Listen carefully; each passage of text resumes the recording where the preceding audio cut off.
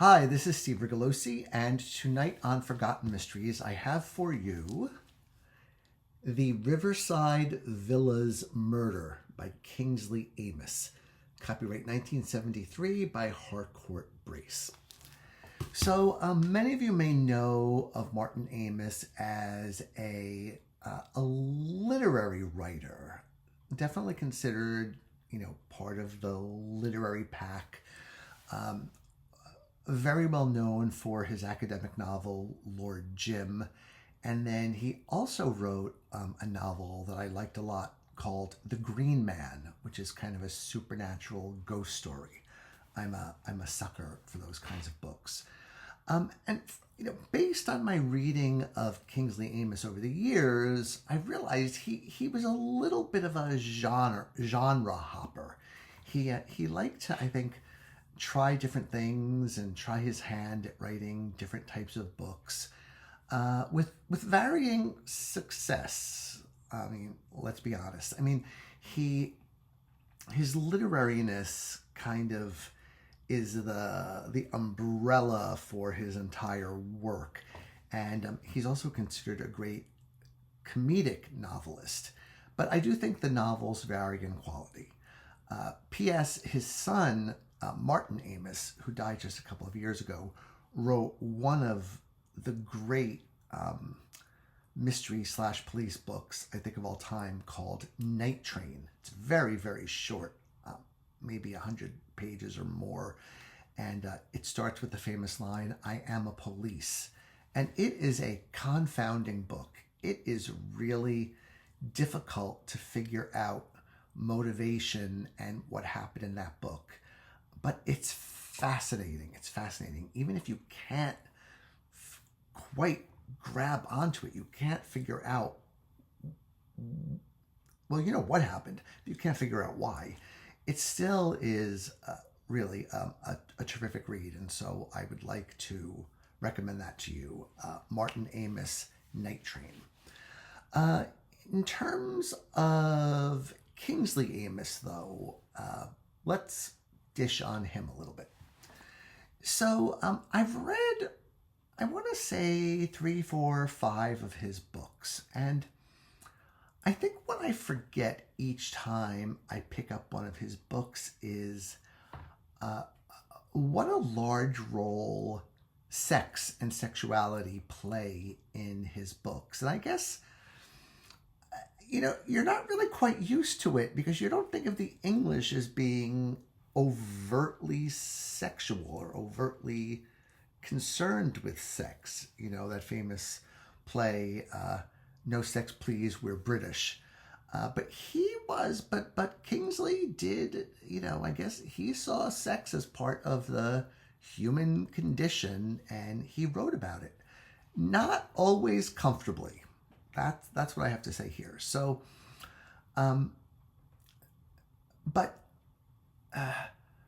well, let me just get into this because let me tell you a little bit about the book, about the plot of the book, and then I'll get into more of the nitty-gritty. So basically, Riverside Villas is a suburban development in England of what would you call them? Duplexes, side-by-side houses, not particularly fancy. They're lived in by the middle class. Of course, this being an English novel, they're looked down on, for not being freestanding houses and not having, 100 acres of property attached to them, or a title, or a knightship or a ladyship or whatever. These are just kind of average working people who live in this little development, this suburban development. And the way it all kind of plays out is that a bunch of the townspeople are at a gathering, and this jerk that nobody likes, Christopher Inman, shows up, and he just starts mouthing off to everybody along the lines of, "I know your secrets, and, I'm going to tell, and, you think you're such a hero, but I know you're not, and, oh, you think you're such a lady, but I know that you're really a whore," and all this kind of stuff. He just, if it's possible to piss off every single person in a room, that is what this man, Christopher Inman, does. No surprise, he's found dead a day later. And, well, I lie. He wasn't found dead. He somehow got attacked with a weapon, somehow got pushed into the river that runs near Riverside Villas, and he manages to survive just long enough to get into the house of our main character, who's a 14-year-old, Peter Furno. And he babbles some things that make little or no sense and then collapses and dies, and that's that. So a bunch of police are called in, not Scotland Yard, because the locals want to kind of figure it out for themselves. And some of them are pretty smart. One of them, a character I really liked, he just thinks that the lead investigators are just so full of themselves and not doing good police work, and he's always making sarcastic comments, which I really enjoyed. They're funny, as Amis can be. And it really is, in so many ways, just a traditional mystery with nothing unique or different or really juicy about the plot. It's just about the most basic mystery plot that you can get. What makes the book into something more than the average mystery is this 14-year-old boy, adolescent, teenager, Peter Furno. And it's really interesting as an adult to have an adult writing about, a 14-year-old coming of age, doing it respectfully, kind of understanding kind of what the 14-year-old is going through, and, as the 14-year-old is trying to make sense of who he is and what he wants and what he doesn't want, and, who's good for a fling versus who do you date? And, he's a polite kid. He's a respectful kid. He has a nice relationship with his parents, the father is kind of quirky. The mother is a minor character, but she's a good mother. She loves him. He loves her.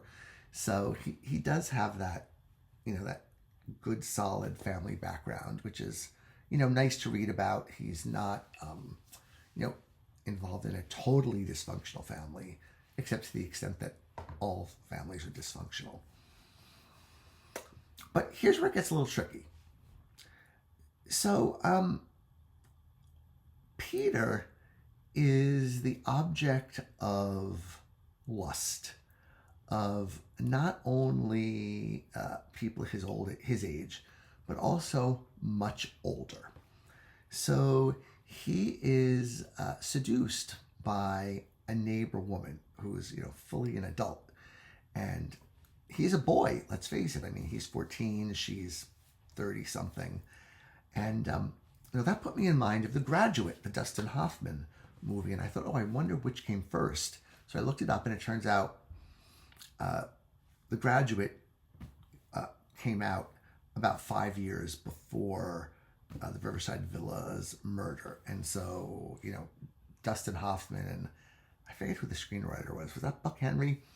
They did that older woman seducing a younger man, earlier.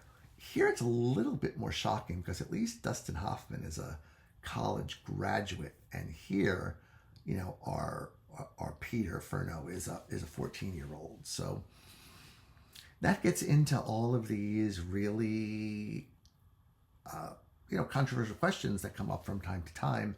In the States, we occasionally hear about a teenage boy being seduced by one of his high school teachers, a woman, and the boys are not really complaining. They're like, okay, that's hot, and I'm going to brag to my friends about it. They're not feeling particularly,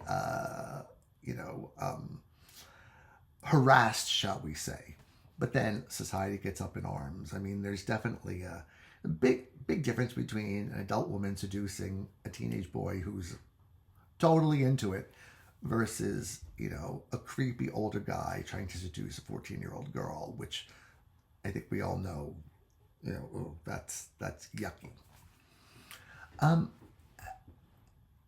He also has one of the lead policemen who is gay, who is sort of after him too sexually, not necessarily in a predatory way, but he's definitely interested.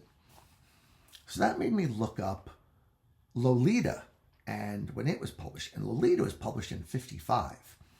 So, there was a precedent for, a pedophile. I mean, that's really the only word for it.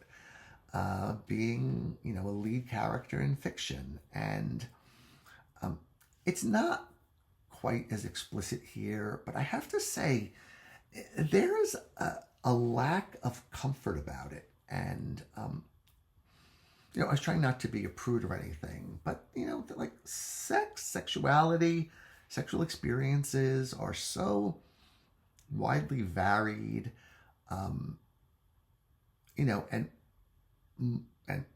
Kingsley Amis liked writing about kind of alternate sexualities. Like in The Green Man, it's all about a married man who just wants to have a threesome with his wife and one of their female friends in the worst way. He's obsessed with having a three-way.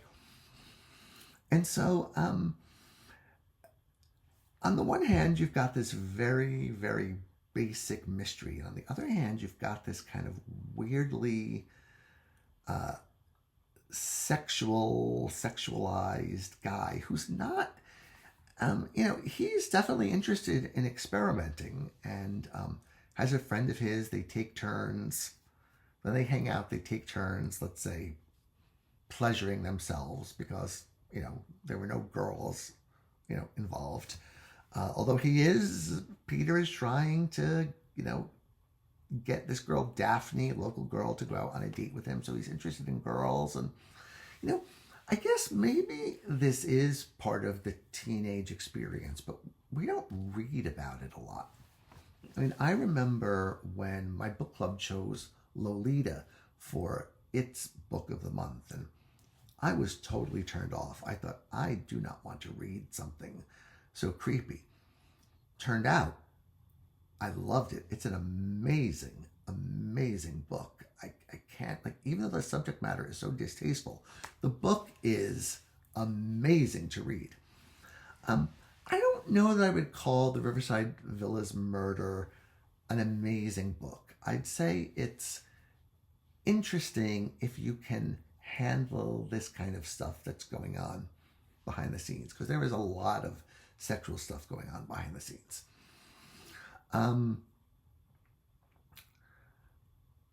So it really does, it just ends with the revelation of the murderer. This person was pretty obvious from the beginning. The police, their technique isn't particularly good. You don't know how they come to their conclusions. All that kind of happens in the author's mind, but doesn't really make it to the page. And so, I kind of wonder what Kingsley Amis had in mind for this book, if he thought it was going to be a great genre book or, just another of his experiments. I also think, I have to tell you, I think the title stinks. It's so boring. It's almost like generic mystery title 101. I don't really think that does it any favors. An odd book to read that will give you some moments of discomfort. But if if your taste allows you to push the envelope a little bit and explore, young people's sexuality as they're exploring it, and I guess if you can withhold judgment of adults who decide to seduce the willing, okay, because Peter is definitely a willing participant in, his sexual escapades here. You might like it. I mean, I really think the best